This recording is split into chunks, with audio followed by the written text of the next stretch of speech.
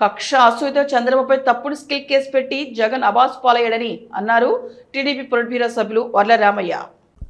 Sir అందరికీ నమస్కారం అండి. ఒక్క నిమిషం. ఆంధ్రప్రదేశ్ రాష్ట్రానికి ముఖ్యమంత్రులుగా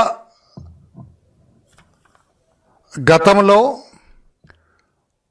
రెడ్డి వర్గానికి చెందిన వాళ్ళు పరిపాలించారు. రెడ్లు, బ్రాహ్మణులు పరిపాలించారు ముఖ్యమంత్రిగా. దళితులు కూడా, దళిత దామోదరం సంజయ్ గారు కూడా ముఖ్యమంత్రిగా పనిచేశారు. వెనకబడిన వర్గాల వాళ్ళు ముఖ్యమంత్రిగా పనిచేశారు, అంజయ్య గారు లాంటి వాళ్ళు. వైశ్యాస్ కొంజేటి రోషయ్య గారు, వెలమలు జలగ వెంగళరావు గారు లాంటి మహానుభావులు, కమ్మ కమ్యూనిటీ నుంచి స్వర్గీయ నందమూరి తారక రామారావు గారు, తర్వాత అధినేత నారా చంద్రబాబు నాయుడు గారు, వీళ్ళందరూ పరిపాలించారు. చంద్రబాబు నాయుడు గారు పరిపాలిస్తూ ఉన్నారు.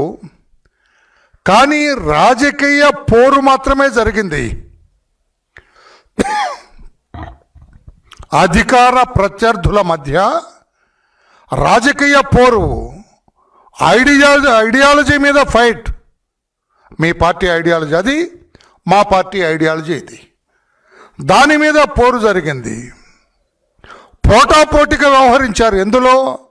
ప్రజలకు సేవ చేయటంలో, రాష్ట్రాన్ని అభివృద్ధి పథంలో నడిపించడంలో పోటీ పడ్డారు. కానీ 2019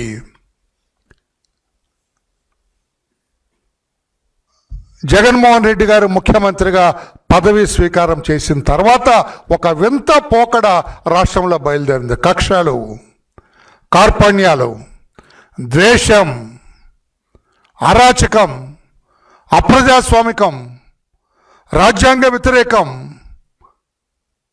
అవినీతి, బంధుప్రీతి, ఆశ్రిత